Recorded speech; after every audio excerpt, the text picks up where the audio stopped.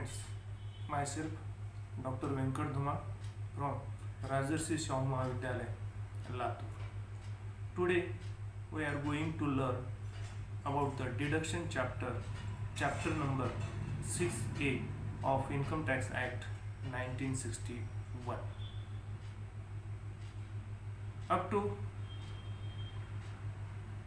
in this chapter we have seen the section 80C, which is applicable for individual and HUF RCC, then 80D, which is also applicable to individual and HUF RCC. Today we are going to learn about the section 80G, which is related to donation toward the charitable trusts, etc. Please subscribe my YouTube channel Venkat Dhuma for updates. So let us start section 80G. So friends, section 80G is related with deduction in respect of donations to certain funds or charitable institutes, etc. certain funds हे central government और state गव्हर्नमेंटचे काही funds आहेत, त्याच्यामध्ये जर आपण काही donation केलं असेल किंवा चॅरिटेबल इन्स्टिट्यूटला काही डोनेशन केलं असेल तर त्याचं डिडक्शन जे मिळतं ते डिडक्शन या सेक्शन खाली मिळतं. या ठिकाणी आरसीसी कुठलाही आरसीसी चालतो, जे 7 आरसीसी इन्कम टॅक्समध्ये आहेत त्या 7ही आरसीसीने डोनेशन केलं तर त्याचं डिडक्शन आपल्याला मिळतं. 80C आणि 80D मध्ये आपण बघितलं फक्त इंडिव्हिज्युअल आणि HUF आरसीसीलाच डोनेशन मिळत होतं, पण 80Gचं डिडक्शन हे सगळ्या प्रकारच्या आरसीसीला मिळेल. याच्यासाठी काही कंडिशन्स आहेत. पहिली condition, donation in the forms of money only, म्हणजे काइंड्सच्या स्वरूपामध्ये जर डोनेशन तुम्ही दिला असाल तर त्याचं डिडक्शन कधीही मिळणार नाही. म्हणजे सपोज एखादा भूकंप झाला असेल आणि तुम्ही प्राईम मिनिस्टर्स फंडाला जर डोनेट केला असाल, अशा परिस्थितीमध्ये काइंड आणि मनी दोन्ही प्रकारचं आपण डोनेट करू शकतो, पण काइंडच्या स्वरूपातलं डोनेशन आपल्याला मिळणार नाही, तर मनीच्या स्वरूपातलं डोनेशन आपल्याला मिळेल.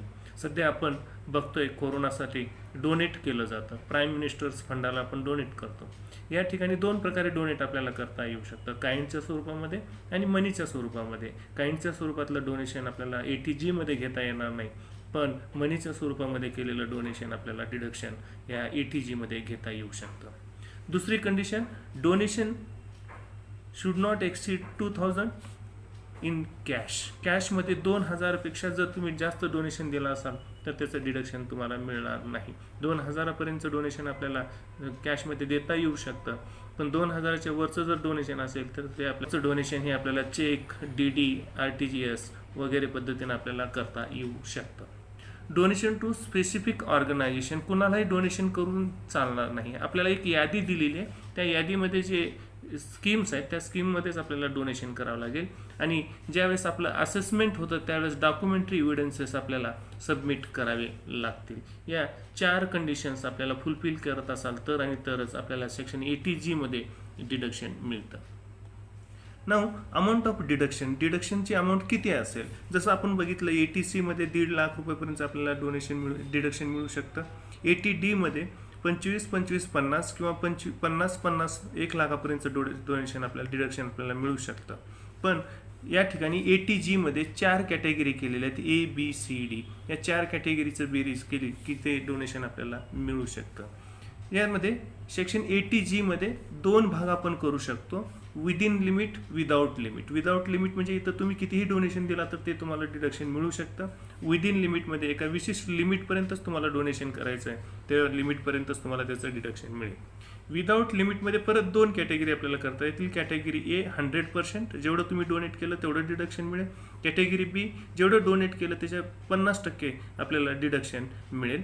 तसंच विदिन लिमिटमध्ये सुद्धा 50% आणि 100% अशा 4 कॅटेगरी करता येतील. विदाउट लिमिटमध्ये 100%, 50%, विदिन लिमिटमध्ये 100% आणि 50%. याला आपण कॅटेगरी A म्हणू, याला कॅटेगरी B म्हणू, याला आपण कॅटेगरी C आणि याला आपण कॅटेगरी D म्हणू. या 4ची बेरीज मिळून आपल्याला डिडक्शन मिळेल. कॅटेगरी A मध्ये काही एकूण 20 स्कीम्स गव्हर्नमेंटनी दाखवलेल्या आहेत, सांगितलेलं आहे, त्याच्यामध्ये आपल्याला डोनेशन करावे लागतील. ह्या 20 स्कीम लक्षात ठेवण्यासाठी काही कीवर्ड्स मी तुम्हाला सांगतोय. एक नॅशनल फंड, नॅशनल लेवलचे जे फंड्स असतात त्याला जर तुम्ही डोनेट केला असाल तर त्याचं 100% डिडक्शन आपल्याला मिळतं. प्राईम मिनिस्टर्स फंड्स असतील त्याला डोनेट केला असाल किंवा चीफ मिनिस्टर्स फंड्स असतील त्याला डोनेट केला असाल तर आपल्याला अशा एकूण 20 स्कीम आहेत, याच्यामध्ये जर तुम्ही डोनेट केला असाल तर 100% डिडक्शन मिळतं. 50% विदाऊट लिमिट 50% मध्ये 4 स्कीम्स सांगितलेल्या आहेत. या 4 स्कीममध्ये गांधी नेहरू फॅमिलीशी रिलेटेड ज्या स्कीम्स आहेत त्याच्या 4 स्कीम्स आणि ड्रॉट रिलेट फंड ह्या अशा एकूण 4 स्कीममध्ये आपल्याला 50% डोनेशन डिडक्शन मिळतं. विदिन लिमिटमध्ये फॅमिली प्लॅनिंगसाठी जर तुम्ही डोनेट केला असाल तर विदिन लिमिटमध्ये 100% डिडक्शन आपल्याला मिळेल. किंवा ऑलिम्पिक गेमसाठी जर तुम्ही डोनेशन केलं असाल तर या 2च स्कीम या ठिकाणी दिलेल्या आहेत, तिथं 100% विदिन लिमिट आपल्याला डिडक्शन मिळू शकतं. जर तुम्ही एखाद्या चॅरिटेबल ट्रस्टला, NGO असेल किंवा मंदिर, गुरुद्वार, मस्जिद, चर्च यांना अप्रूव्ड बाय द गव्हर्नमेंट असतील तर याला डोनेट तुम्ही केला असाल तर अशा एकूण 5 स्कीम्स आहेत विदिन लिमिटमध्ये 50% डिडक्शन आपल्याला मिळू शकतं. सपोज तुम्ही कॅटेगरी ए मध्ये 50 लाख रुपये डोनेशन केला असाल, कॅटेगरी बी मध्ये तुम्ही 25 लाख रुपये डोनेट केला असाल, कॅटेगरी सी मध्ये तुम्ही 50 लाख डोनेट केला असाल आणि कॅटेगरी डी मध्ये तुम्ही 25 लाख डोनेट केला असाल, अशा परिस्थितीमध्ये आपल्याला एकूण हे 50 लाख 100% डोनेट मिळेल. हे 25 लाखाचे 50% दॅट इज 12.5 लाख प्लस हे 100% जर विदिन लिमिटमध्ये बसत असेल तर 50 लाख प्लस हे 12.5 लाख एवढं डिडक्शन आपल्याला मिळेल. म्हणजे एकूण 1,25,00,000 इतकं डोनेशन आपल्याला मिळू शकतं. आता ही लिमिट काय, लिमिट कशी कॅल्क्युलेट करायची? लिमिट कॅल्क्युलेट करण्यासाठी जी लिमिट येणार आहे ग्रॉस टोटल इन्कम जे आहे या ग्रॉस टोटल इन्कमच्या 10% हे क्वालिफाईंग अमाऊंट असेल, लिमिट असेल.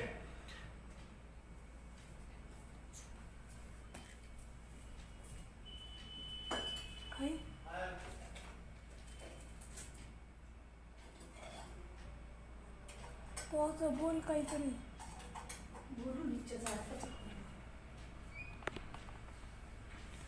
ही जी लिमिट आहे ही लिमिट ग्रॉस टोटल इन्कमच्या 10% असेल. सपोज ग्रॉस टोटल इन्कम तुमचं 1 करोड रुपये असेल म्हणजे 100 लाख रुपये असेल तर याच्या 10% आपल्याला डिडक्शनसाठी अमाऊंट असेल. या लिमिटमध्ये आपल्याला डिडक्शन द्यायचं आहे. आणि हे ग्रॉस टोटल इन्कम कॅल्क्युलेट करण्यासाठी ग्रॉस टोटल इन्कममधून STCG जे 111A आहे, शिवाय LTCG पूर्ण A112 और 112A प्लस जे डिडक्शन आहे ATC टू ATUचं ते सुद्धा आपल्याला मायनस करायचं आहे. म्हणजे आपल्याला या 3 गोष्टी मायनस केल्यानंतर जी अमाऊंट येते त्याच्या 10% अमाऊंट ही लिमिट असेल. याच्यामध्ये एक्सेप्ट सेक्शन ATG, कारण ATGची आपण अमाऊंट कॅल्क्युलेट करतोय त्यासाठी ATG सोडून बाकी सगळ्या डिडक्शन्स मायनस करून जी अमाऊंट येते त्याच्या 10% आपली क्वालिफाईंग अमाऊंट असेल. कॅटेगरी ए 100% कुठे कुठे करायचं? National defence fund, national word आलेला आहे, national defence fund set up by central government, prime minister's national relief fund, prime minister's Armenia earthquake relief fund, Africa public contribution India fund, national children's fund, national foundation of communal harmony. हे सगळे national words जे आहेत. Approved university or education institution of national eminence IITs वगैरे वगैरे जर असतील तर त्या. चीफ मिनिस्टर वर्ड आलेलं अर्थक्विक रिलीफ फंड महाराष्ट्र स्टेटचं. त्याच्यानंतर fund set up by state government, Gujarat गव्हर्नमेंटचं. जिल्हा शिक्षा समिती, national blood transfusion council, funds set up by state governments. त्यानंतर सेंट्रल वेलफेअर फंड, त्यानंतर Andhra Pradesh chief minister cyclone, national illness assistance, chief minister's relief fund, national sports fund. त्यानंतर स्वच्छ भारत कोश हे नवीन ॲड झाले आहेत. स्वच्छ भारत कोश, clean Ganga fund, national fund for control and drug abuse. याच्यामध्ये सगळ्यात इम्पॉर्टंट लक्षात ठेवण्यासाठी कीवर्ड्स स्वच्छ भारत कोश, क्लीन गंगा फंड आणि ज्या 2 वर्ड्स आहेत नॅशनल फंड्स असतील किंवा PM आणि CM फंड्स असतील याला जर डोनेट आपण केला असेल तर विदाऊट लिमिट 100% डिडक्शन आपल्याला मिळेल. त्याच्यानंतर 50% विदाऊट लिमिटमध्ये 4 स्कीम्स आहेत. Jawaharlal Nehru memorial trust, prime ministers drought relief fund, Indira Gandhi memorial fund, Rajiv Gandhi fund. म्हणजे गांधी नेहरू परिवाराशी संबंधित 3 स्कीम आणि ड्रॉट रिलीफ फंड हे या ठिकाणी आलेलं आहे. एकमेव हे एक्सेप्शन आहे prime ministers drought relief fund. 100% within limit. Donation to government or any approved local authority, institute or association to be utilise for the purpose of promoting family प्लॅनिंगमध्ये ज्या काम करणाऱ्या इन्स्टिट्यूट आहेत गव्हर्नमेंट अप्रूव्ड, त्यांना जर तुम्ही donate केला असाल तर 100%. Donation to Indian Olympic association, Indian Olympic असोसिएशनला जर तुम्ही डोनेट केला असाल तर विदिन लिमिट 100% डिडक्शन. ह्या 2 स्कीम या ठिकाणी आहेत. त्याच्यानंतर ज्या विदिन लिमिट 50% डिडक्शन मिळणार आहे त्याच्यामध्ये एकूण 5 स्कीम आहेत. याच्यामध्ये पहिली जी स्कीम आहे फंड्स और institution with satisfied condition mention under section 80G, ज्या इन्स्टिट्यूटला 80Gचं सर्टिफिकेट आहे अशा इन्स्टिट्यूटला जर तुम्ही डोनेट केला असाल तर विदिन लिमिट 50% डिडक्शन आपल्याला मिळेल. Donation to government or any local authority for the purpose of utilisation of any charitable purpose, charitable पर्पजसाठी एखादी इन्स्टिट्यूट एस्टॅब्लिश झाली असेल फॅमिली प्लॅनिंगसाठी तर त्याला आपल्याला 50%. Any authority constituted in India for dealing with satisfying the needs for housing accommodation, housing अकोमोडेशनसाठी काम करणाऱ्या ज्या इन्स्टिट्यूट आहेत त्यांना जर आपण डोनेट केला असाल तर विदिन लिमिट 50% डिडक्शन आपल्याला मिळेल.